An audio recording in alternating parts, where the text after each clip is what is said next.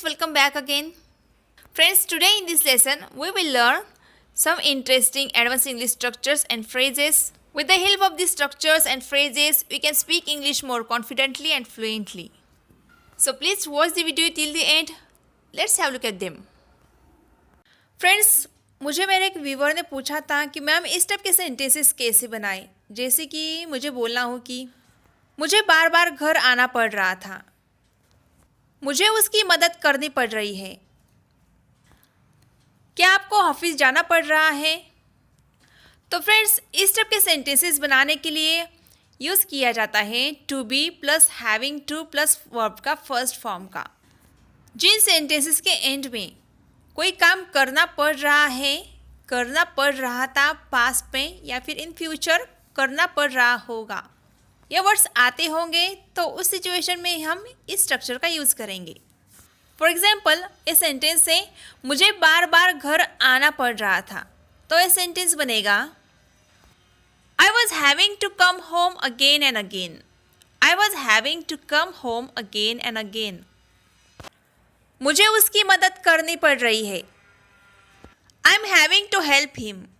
I am having to help him.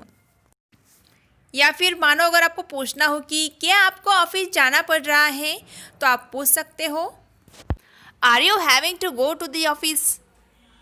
It means क्या आपको office जाना पड़ रहा है।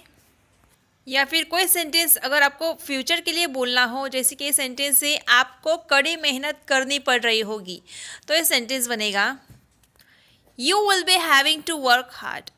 You will be having to work hard. मुझे ऐसा करना पड़ रहा था। I was having to do so. I was having to do so. Friends, कई बार हम ऐसा भी पूछ लेते हैं कि क्या किया जा रहा है या फिर कौन सा खाना बनाया जा रहा है। तो फ्रेंड्स, इस टाइप के सेंटेंसेस बनाने के लिए प्रेजेंट कॉन्टिन्यूअस टेंस का पैसिव वॉइस का यूज़ किया जाता है। तो इसका स्ट्रक्चर है इज, एम, आर, मतलब ये तीनों में से कोई एक हेल्पिंग वर्ब होगा, उसके बाद आएगा बीइंग एंड देन आएगा वर्ब का थर्ड फॉर्म। जो सेंटेंसेस जा रही है, जा रहा है, जा रहे हैं, इन वर्ड्स पे ख़त्म होते हैं, तो उस टाइप के सेंटेंसेस में हम इस स्ट्रक्चर का यूज़ करेंगे। सपोज आपको ऐसा पूछना हो कि कौन सा खाना बनाया जा रहा है, तो आप पूछेंगे which food is being cooked. Which food is being cooked. It means कौन सा खाना बनाया जा रहा है। या फिर हम ऐसा पूछते ना कि क्या किया जा रहा है, तो हम इसे इंग्लिश में पूछेंगे what is being done. What is being done. क्या किया जा रहा है। Let's see one example. वहाँ राज की पिटाई हो रही है। Raj is being beaten there. Raj is being beaten there. It means किसी के द्वारा राज की वहाँ पिटाई हो रही है, मतलब कोई तो है जो राज की पिटाई कर रहा है। तो इस तरह से गाइस आप प्रेजेंट कॉन्टिन्यूअस टेंस के इस पैसिव वॉइस के यूज़ करके सेंटेंसेस बना सकते हो। फ्रेंड्स, कुछ सेंटेंसेस ऐसे भी होते हैं जिन्हें बनाने के लिए हम किसी स्ट्रक्चर का यूज़ नहीं कर सकते। हमें ऐसे सेंटेंसेस बनाने के लिए किसी फ्रेजेस या फिर इडियम्स की ज़रूरत होती है। जैसे कि सेंटेंसेस है यह मेरी बस की बात नहीं है, या फिर मुझे हराना तुम्हारे बस की बात नहीं है, या फिर खाना बनाना उसके बस की बात नहीं है। या फिर हम ऐसा भी बोलते हैं ना कि ऐसा करना सबके बस की बात नहीं होती। या फिर क्रिकेट खेलना मेरी बस की बात है। इट मीन्स मैं क्रिकेट खेल सकती हूँ। तो गाइज, इन सेंटेंसेस को ट्रांसलेट करने के लिए एक इडियम यूज़ किया जाता है to be one's cup of tea. मतलब हम बोलते हैं ना किसी की बस की बात होना या न होना, इस सेंस में। तो आइए इसके कुछ एग्जाम्पल्स देखते हैं। हम बोल देते हैं कभी कभी कि भाई ये मेरे बस की बात नहीं है, तो इसे हम बोलेंगे it's not my cup of T. It's not my cup of T. या फिर बोलना हो कि मुझे हराना तुम्हारे बस की बात नहीं है, तो आप बोल सकते हो it's not your cup of tea to defeat me. It's not your cup of tea to defeat me. या फिर बोलना हो कि झूठ बोलना आपके बस की बात नहीं है, then you can say lying isn't your cup of tea. Lying isn't your cup of tea. Let's see one more example. पूरे दिन काम करना उसके बस की बात नहीं थी। Working all day wasn't his cup of T. Working all day wasn't his cup of T. या फिर बोलना हो कि ऐसा करना सिर्फ उसी की बस की बात है, मतलब वही ये कर सकता है, तो इसे हम बोलेंगे doing so is only his cup of T. तो गाइस इस तरह से आप इस इडियम का यूज़ कर सकते हो। फ्रेंड्स कुछ सेंटेंसेस हम ऐसे भी बोलते हैं स्पेशली बच्चों के लिए कि उसने ज़रूर कुछ नया गुल खिलाया होगा। इट मीन्स उसने ज़रूर कुछ नई शैतानी की होगी, शरारत की होगी, या फिर वो आए दिन नई शरारत करता है, नया गुल खिलाता है। तो गाइस इस टाइप के सेंटेंसेस हम कैसे बोलेंगे?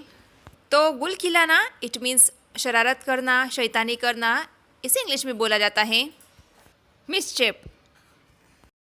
तो अगर आपको बोलना हो कि उसने ज़रूर कोई नया गुल खिलाया होगा, तो ये सेंटेंस बनेगा friends, he must have created a new mischief. He must have created a new मिसचेप।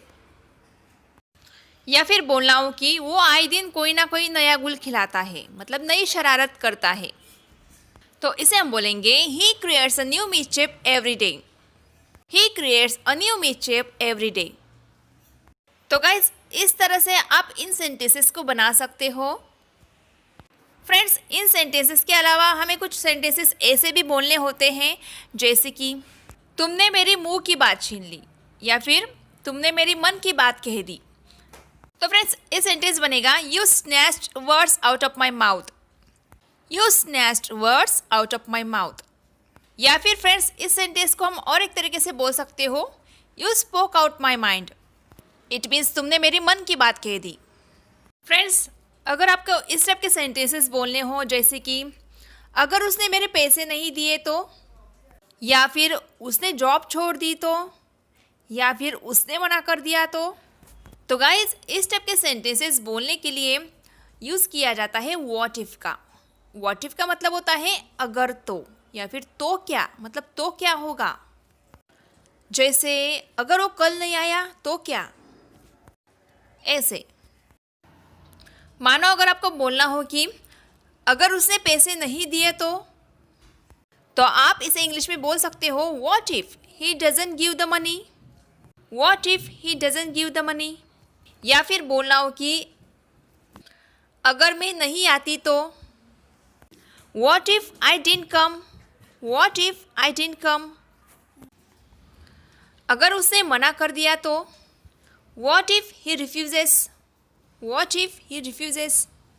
तो friends that's all for today. I hope ये सारे सेंटेंस स्ट्रक्चर्स, फ्रेजेस और इडियम्स आपको समझ में आ गए होंगे। अगर हाँ तो प्लीज़ जाते जाते लाइक और अपने फ्रेंड्स और रिलेटिव्स के साथ वीडियो को शेयर करना ना भूलिए। और आप इस चैनल पे पहली बार आए तो प्लीज़ चैनल को सब्सक्राइब किए बिना मत जाइए, क्योंकि मैं ऐसे ही वीडियोस डेली अपलोड करती हूँ। तो गाइस मिलते हैं नेक्स्ट वीडियो में। Till then bye bye, take care.